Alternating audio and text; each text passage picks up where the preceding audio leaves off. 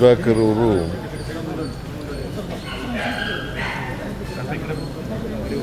ಚಳ್ಳಕೆರೆಯಲ್ಲಿ ಜನನ ಆಗಿದ್ದು. ಅವರು 2008ರಿಂದ ಹಿರಿಯೂರಿನಲ್ಲಿ ಶಾಸಕರಾಗಿದ್ದರು. 2ನೇ ಸಾರಿ ಮಂತ್ರಿಯಾಗಿದ್ದರು. ಹಿಂದೆ ಒಂದು ಸಾರಿ ಮಂತ್ರಿಯಾಗಿದ್ದರು, ಆಮೇಲೆ ಈಗ ಮಂತ್ರಿಯಾಗಿದ್ದರು. ಭಾಳ ಜನಪ್ರಿಯವಾಗಿದ್ದಂಥ ವ್ಯಕ್ತಿ. ಬಡವರ ಪರವಾಗಿ ಯಾವಾಗಲೂ ಕೂಡ ಇದ್ದಂಥ ವ್ಯಕ್ತಿ. ಜೊತೆಗೆ ಅವರು ಶಾಸಕರಾಗಿ, ಮಂತ್ರಿಯಾಗಿ,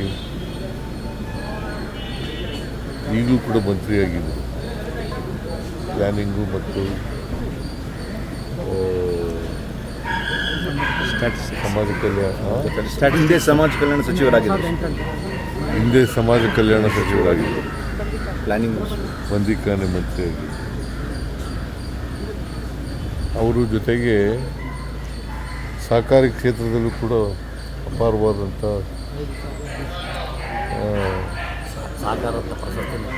ಸಹಕಾರಿಯಾಗಿದ್ದರು. ಪ್ರಶಸ್ತಿ DCC ಬ್ಯಾಂಕ್ ಅಧ್ಯಕ್ಷರಾಗಿದ್ದರು.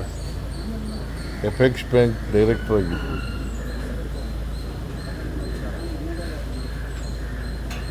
DCC ಬ್ಯಾಂಕ್ ಅಧ್ಯಕ್ಷರಾಗಿ ಭಾಳಷ್ಟು ರೈತರ ಪರವಾಗಿ, ಬಡವರ ಪರವಾಗಿ ಕೆಲಸ ಮಾಡಿದ್ದಾರೆ. ಅವರು ನಮ್ಮನ್ನು ಅಗಲಿದ್ದಾರೆ.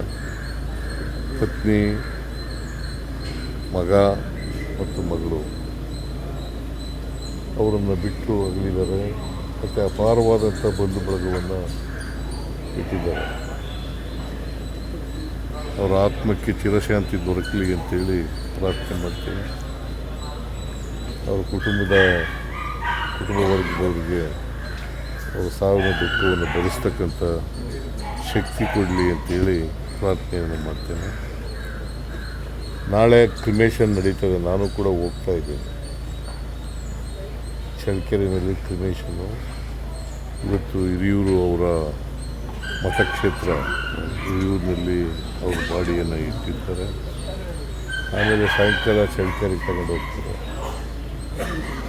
ಅವ್ರ ಚಿಕ್ಕಪ್ಪನೂ ಕೂಡ ಶಾಸಕರಾಗಿದ್ದರು, ಜಯಣ್ಣ ಅಂತೇಳಿ. 28-89 ಅವರು ಶಾಸಕರಾಗಿದ್ದರು.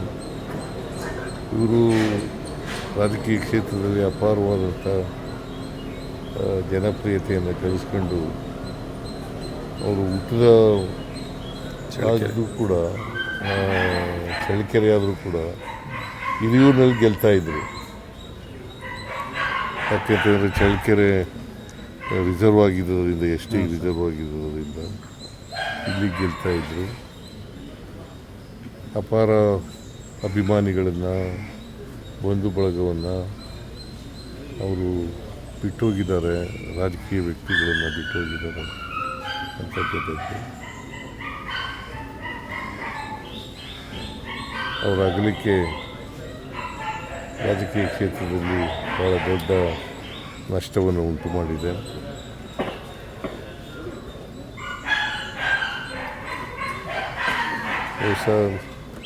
ನಾಳೆ ಕ್ರಿಮೇಷನ್ 4 ಗಂಟೆಗೆ ನಡೀತದೆ. 4 ಗಂಟೆಗೆ ಈಗ ಕುಟುಂಬದವರು ಹೇಳಿದ್ರು 4 ಗಂಟೆಗೆ ಮಾಡ್ತೀವಿ. ಸೊ ನಾನು ಕೂಡ ಅದರಲ್ಲಿ ಪಾರ್ಟಿಸಿಪೇಟ್ ಮಾಡ್ತಾಯಿದ್ದೆ.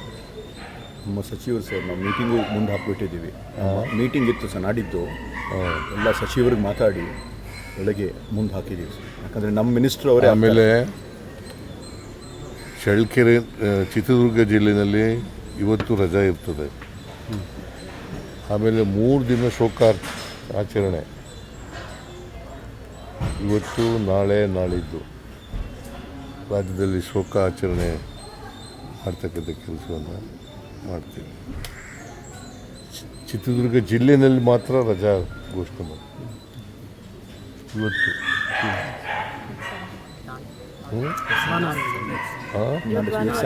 ಸಂಡೇ ನಾಳೆ ಸೋಮವಾರ ನಾಳೆ ಮಾಡ್ತೀರಾ?